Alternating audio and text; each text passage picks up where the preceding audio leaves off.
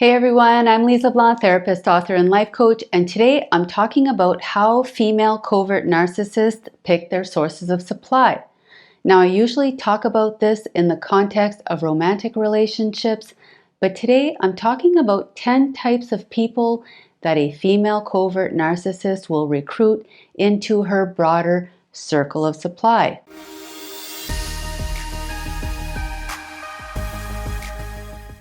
Now, you might be wondering how female covert narcissists always manage to surround themselves with people who will bend over backwards for them. Well, there is a method to their madness, whether conscious or subconscious.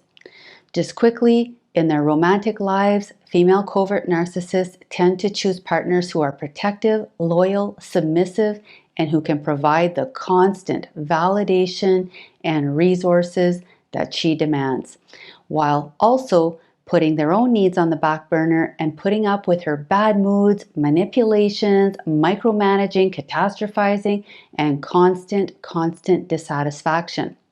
To learn more about what a female covert narcissist is looking for in a partner and how these relationships typically play out, please click on the link above.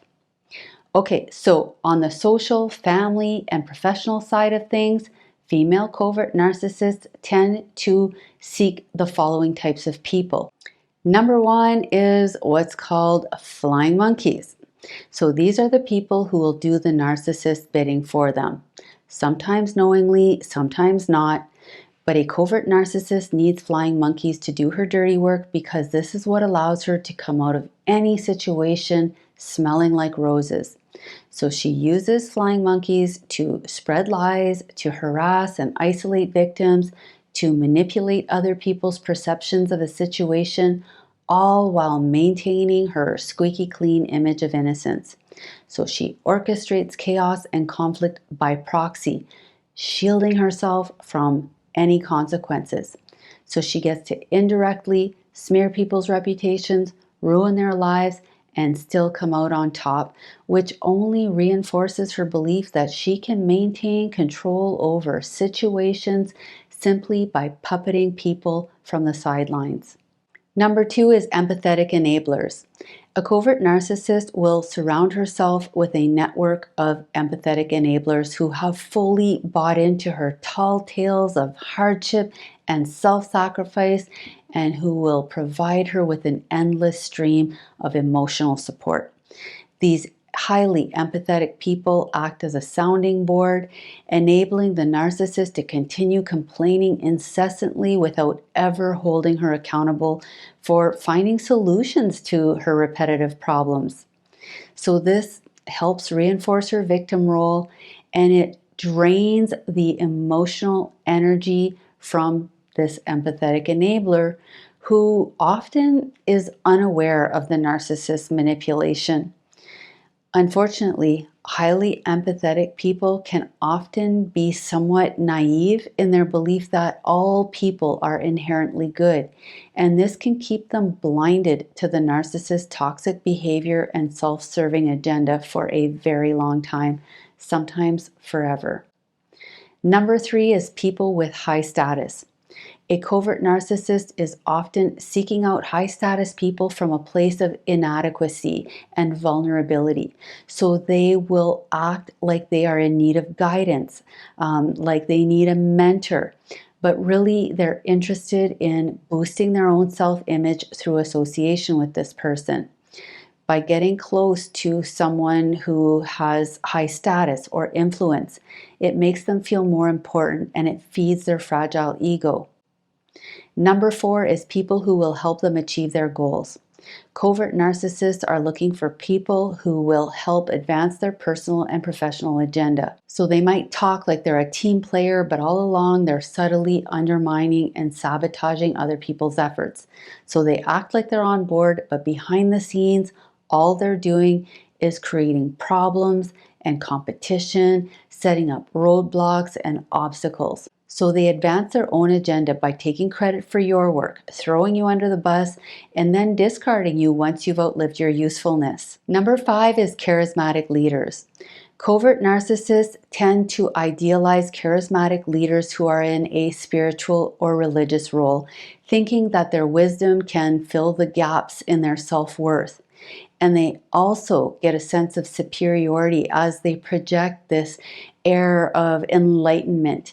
And they use these charismatic leaders to identify as part of an elite group that's above all of the emotionally unevolved and spiritually corrupt people of the world.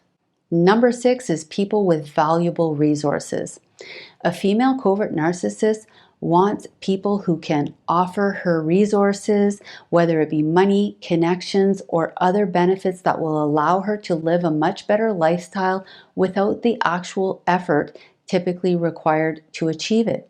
So she is looking for wealthy people, people who are connected, seeing them as a means to an end rather than as equals deserving of respect and connection.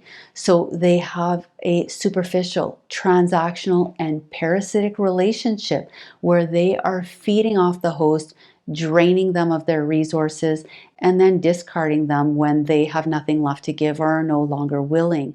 Number 7 is problem solvers and high-functioning codependents. Female covert narcissists are often seeking detail-oriented problem solvers.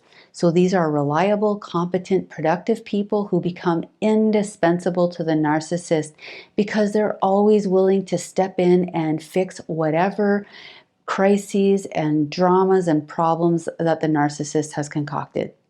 So the narcissist becomes dependent on the problem solver to clean up her messes while making the problem solver feel needed.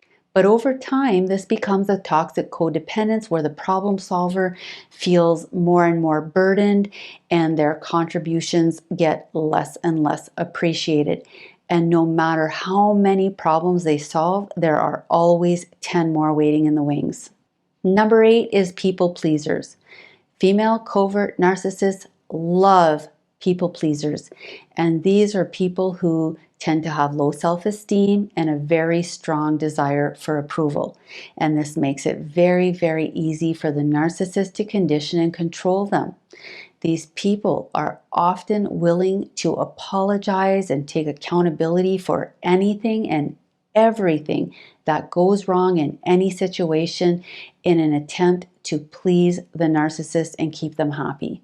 Number 9 is conflict avoiders. So these are people who will work really, really hard to keep the peace. They're naturally agreeable, which makes them more susceptible to the narcissist's manipulations.